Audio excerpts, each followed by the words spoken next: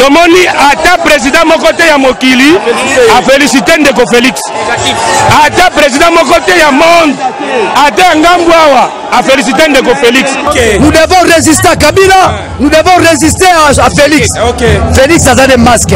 Solo pas les masques. Moni Kabila bimi. 3W Boboko ya Boka. Boboko ya Boka. 3W.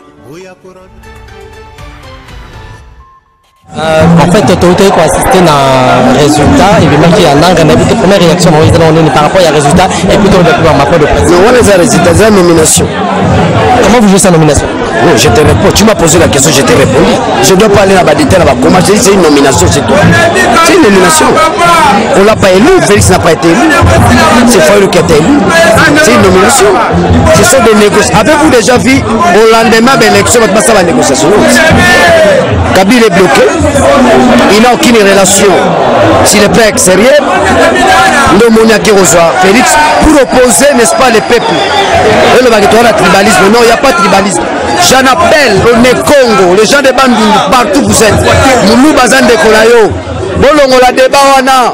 Moulou Bazan de Komuyombe. Muyombe Bazan de Kom Tabandundu. Bandundu Équateur. Toza Yini. Le moko tribalisme des apassi. Nga Daniel Saf. Nana Baneva Baluba. Nana Bandeko Nana Basi. Nabalina Baluba. Donc, bolongo la débat wana. Kabila Lingome Mabilo na débat opposé le peuple. Tant qu'on va interroger, il y a un son autre son de cloche. Non, Moulou Bazan de Konayo, Moukongo Bazan de Konayo, Moungana de Konayo. Je proclame l'unité nationale. Mais dans le moment où Bishop peuple, nous allons reconnaître Félix T. On l'a nommé. Il a abradé combat Nabiso. Le combat que nous avons mené des années avec Etienne Tshisekedi vient d'être bradé pour des intérêts individuels. Les autres trahisons. Mais c'est un lien qu'il y a un rapprochement entre Kabila et Félix Tshisekedi. Non, messieurs, aux jeunesse, aux jeunesse. Non, tout n'a rien de aux jeunesse. Tu sais pas que Kabila n'a Tshisekedi. J'en sais rien. Tu n'en sais rien. Je ne vous réponds pas. Je ne vous réponds pas.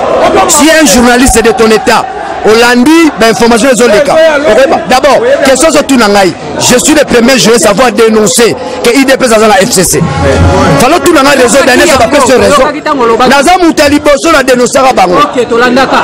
Soyez tout nangai question de nous. Soyez n'a pas détaillé. Là, la ligne journaliste c'est ça interview. Il y a posé un background naïo. Comment tout nangai? Il y a des rapprochements de Kabila et Tshisekedi. Aujourd'hui, je vous dis que le monde sache.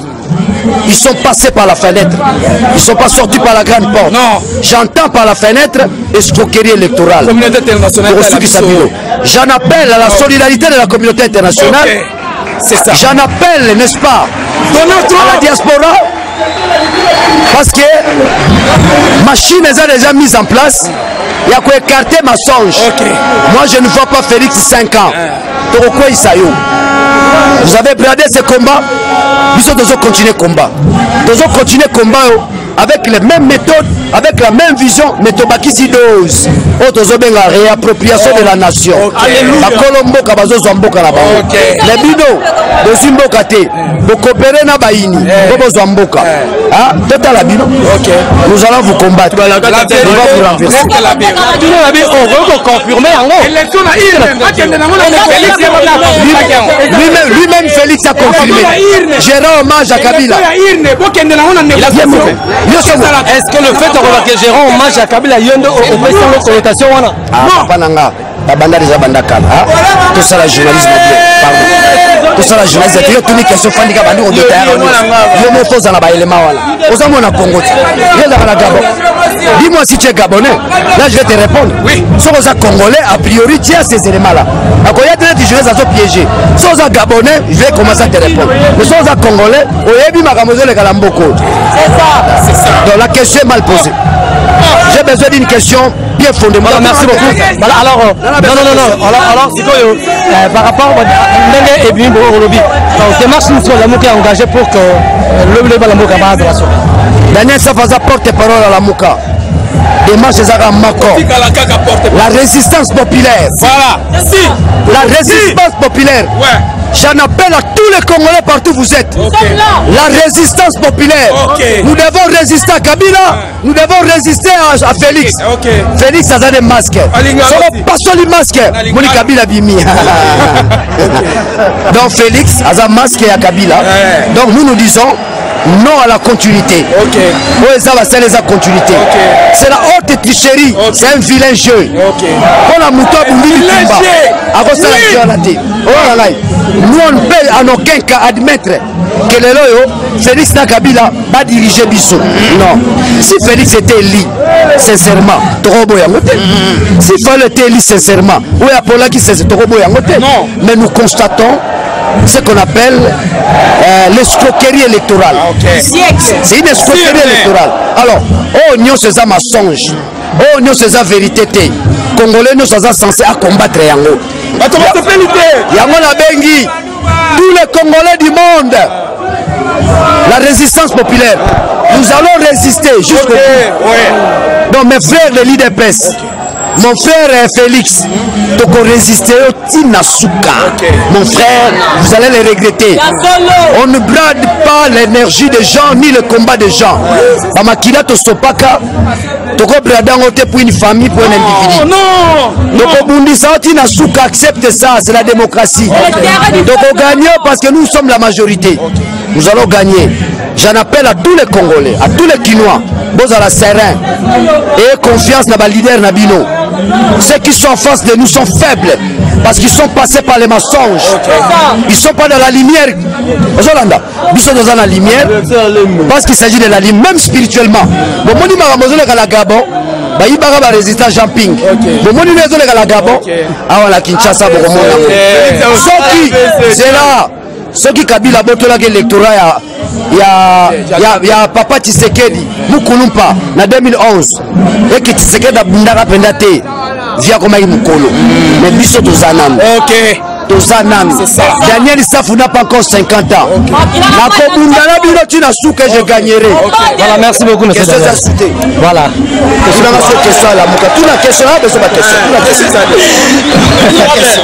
Parce que ma question est la première question, ma question est à la Mouka. Mais direct au boy, pas tout le question. Tout la question, la question est la Ranzala. Pour l'acceptation de toute la question, il faut la Kingakat. Je suppose que. En fait, il faut y avoir quelqu'un là. La minute où on a journaliste, on a la journaliste. Ah mais oui. La journaliste vous allez Daniel ça vous connaissez bien. Il faut un journaliste avec la caméra. D'accord. Vous êtes Kumpatria.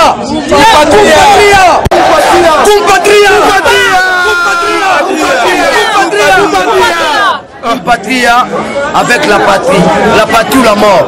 Patrie c'est la ville où on y balait. Patrie c'est ma belle. Pour protéger ma belle. Pour protéger ma belle, on doit être la mesure à recevoir Makila pour la Mboko.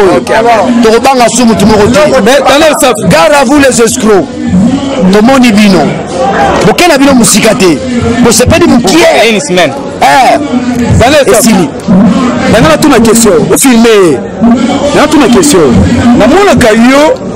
Kanga kelongi mingi elinye la zanini kanga mboka ma primateur babotola biso mabele.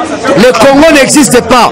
Congo est occupé par un groupe d'individus. Yarola Mwanatongo a nommé président, Arola Mwanatongo a nommé député, Arola Mwanatongo a salinga lingi. C'est ça l'occupation. Lorsqu'un pays est occupé, ça veut dire que les nationaux basent sur l'avenir. Mboka la personne sur l'avenir. Parce que Mboka n'est comme il benga bazo kambayango. Auto bengi un groupe d'individus. Les occupants. Chiko, Mboka, Oba Sanganagana Bango, Babenga Rango Bakolabo. Oba Ndekolaso Basaba comme Bakolabo. C'est-à-dire, bazo accompagné par occupants. Vous comprenez? Donc, sur Moningaï, Elonge Kangamaka, Mboke Sekenda. Même la chaîne. Mboke Sekenda. Même la chaîne. Dans la Kumpatria. La Mouka et puis des machines quand la cour constitutionnelle pour reposer débat. Pardon, recours. Keba, cour constitutionnelle à Bango. Nous sommes au Kende, nous sangisa. Côté aux églises catholiques, côté aux peuple, côté aux communautés internationales. Mais voilà les gars, les gens parce que Kende, il faut qu'il y ait la cour. Non, voilà les gars, les cour constitutionnelle les arrêtés. Depuis 2016. Le vrai tribunal aujourd'hui, c'est le peuple congolais. Nous voulons la vérité. C'est la vérité. Coup corruption, non. Il y a une révolution congolaise. Mot de la fin, Congolais concédé la maçonneté. Oui, c'est ça. Congolais, tu as la moutuna yoke, IDP, c'est ça la Kabila. C'est bien ça. Ah, bon, tu as la moutuna bino. Bon, céder la panique, bon, bangelo côté. Ok.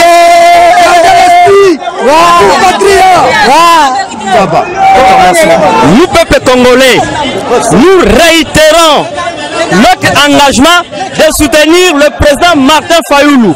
Parce que c'est Martin Fayoulou qui est élu partout au Congo. Nous avons vu partout au Congo, le peuple congolais a voté massivement M. Fayoulou.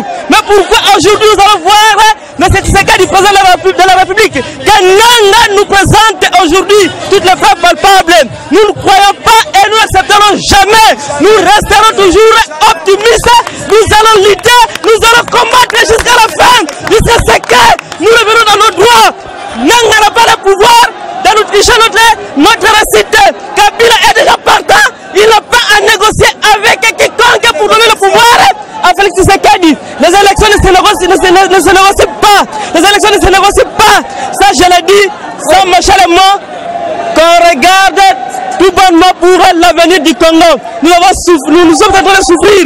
Les Congolais sont en train d'être sacrifiés. La jeunesse est sacrifiée. Aujourd'hui, nous demandons à M. Nanga de revoir sa carte. Nous demandons à M. Kabila qu'il laisse le pays en paix. Qu'il laisse le pays en paix. Que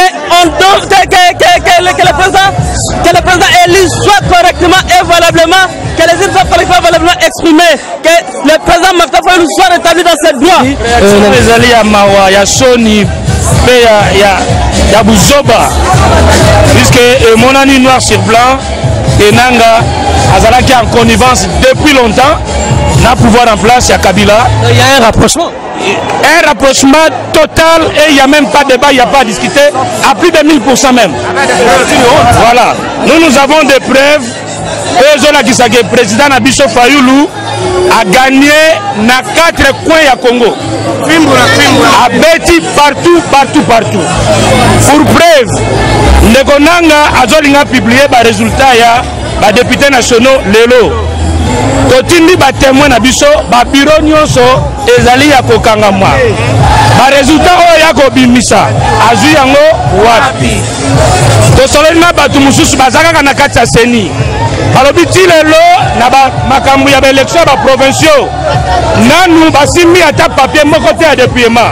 Mais Ndekonanga a publié déjà ba députés provinciaux. Azui ba résultat wana wapi. Quand le président Martin Zakoloba vote wana et constate d'une manière électronique, azalé qu'on dit bango va travailler dans la flash. Donc dans le baquet, va travailler dans vote électronique. Alors, le loyo, tout le monde va bimisi Ndeko Félix. Azan de konabiso opposition, azan mona mboka mais tozo rejeté yé n'a pas résultat na bango puisque a trahir pas attaquer mboka. Vous parlez de la nomination, qui a nommé? Maintenant, on a nommé. Nanga a lobby, Kabila a commis, Nanga a lobby, les tireurs de ficelles. C'est bien M. Kabila. Nanga tout dirigeant Bokao. Puisque les lois sont publiés, Bakopesa, FCC et Belé a député, pour passer à la Parlement, Babimisa, Premier ministre. Ndeko Kabila Azali, sénateur à vie. Ce qui va créer na gêne à Bango Bakotia président. Moi, Namboka Félix a dirigé. La loi autorise qu'il n'y ait pas à la président. De Boïté, à commencer à la sénateur, Bako voter le président. Mais Karewana, Assemblée nationale, FCC, gouvernement, FCC, Sénat, FCC. Si vous Félix a dirigé la côté Nini. A dirigé la côté Nini. Nous allons mawa puisque Baling Baïba va voter, Baïba pouvoir, au Pesami, n'a pas Congolais Nyonso, Nandeko, Fayoulou. Quelque part, Félix, c'est un cercle vicieux. Non seulement cercle vicieux, mais à trahir, Nenga, Bandako trahir, Bandakala. Puisque tu as un meeting, Yasuka Awa, alobaki oyo akotrahir bajetele opprobre. Donc ye azwi libabe ya congolais nyonso puisque atrahir mboka oyo tina de guerre suka. Ata ndeko papa na ye asalaki liti ya boye te, atrahir tina suka, atrahir peuple. Tozali derrière mwana mboka na ba preuve na biso nyonso yango oyo. Ba preuve yango ezali. Tozoloba tomoni ata président moko te ya mokili a félicité ndeko Félix. Ata président moko te ya monde ata ngambu awa a félicité ndeko Félix. C'est pour dire que jusque là électorat obayibaki na 2006 ya ndeko Bemba, obayibi na 2011 ya papa Tshisekedi, obayibi elelo. Toza d'accord dans côté, la lutte continue, président Fayou. 3W Boboko ya Boka. Boboko ya Boka. 3W.